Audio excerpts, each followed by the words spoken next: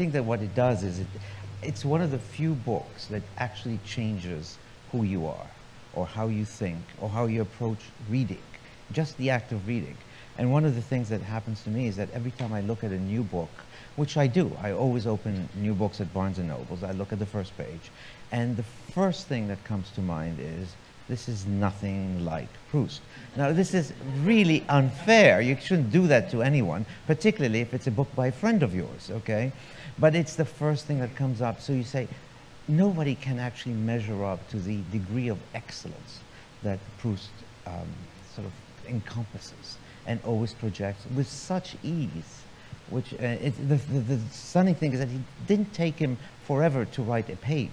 He was very quick.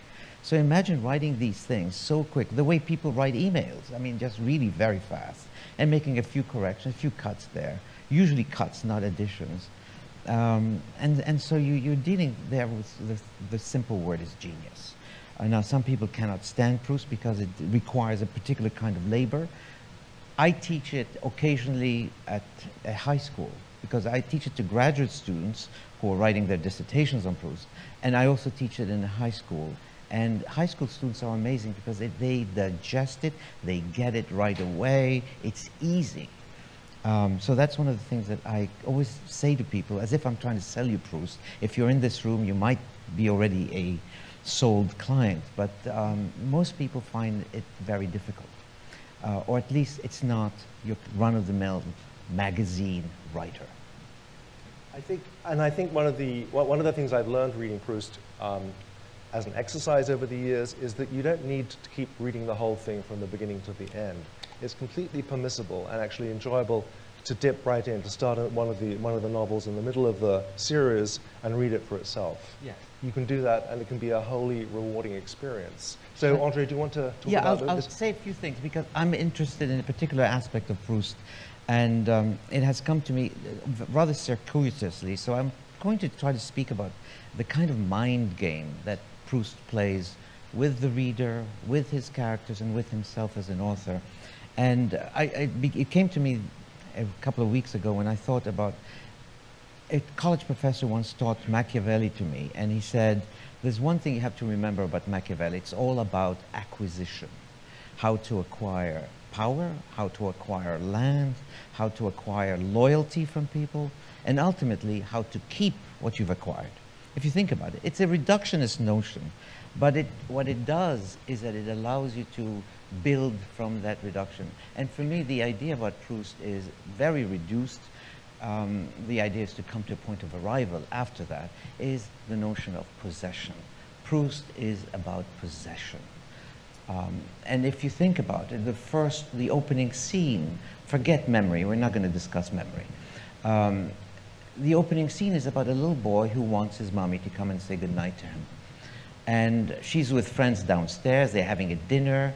A particular gentleman happens to be there whom he dislikes, because every time the guest is there, Monsieur Swann, what happens is that the little Marcel does not get his goodnight kiss. Now, what the goodnight kiss means, I want the kiss, and I want the kiss to last for a long time. I want to possess, I want to own that kiss. His mother says, well, good night now, here's the kiss. She's at the dinner table, and he has to walk up the stairs by himself, holding the kiss on his cheek as if he wants to own it. He wants to own his mother. This is not the right goodnight sleep, goodnight kiss that he is aiming for.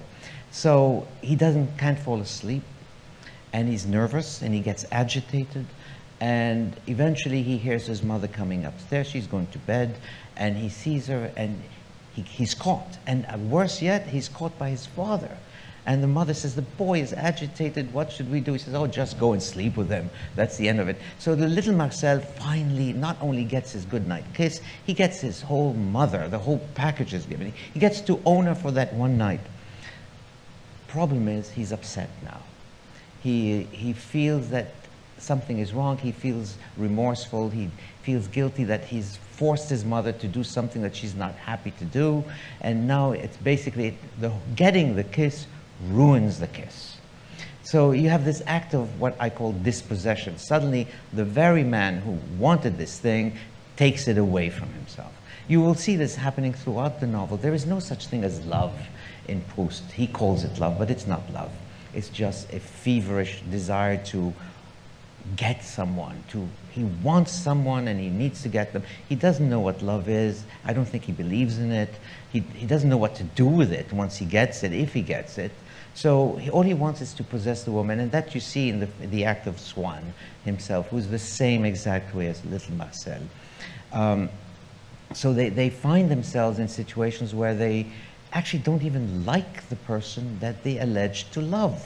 And there's a very famous sentence at the very end of Swann in Love when he says, you know, to say that I've spent all these years, all this time loving a woman who wasn't even my type. You know, I think that that's, in a sense, one of the reasons why he changes us is because when you read Proust, I always believe this, you're reading actually things that you already know. It is very hard to read Proust and say, oh, I never thought of that. Actually, it's all, you've thought of it a million times. You just never took the trouble to log it down and to see it in all its complexity. It is actually quite amazing that someone took his time to write about the silliest things that happens between two human beings.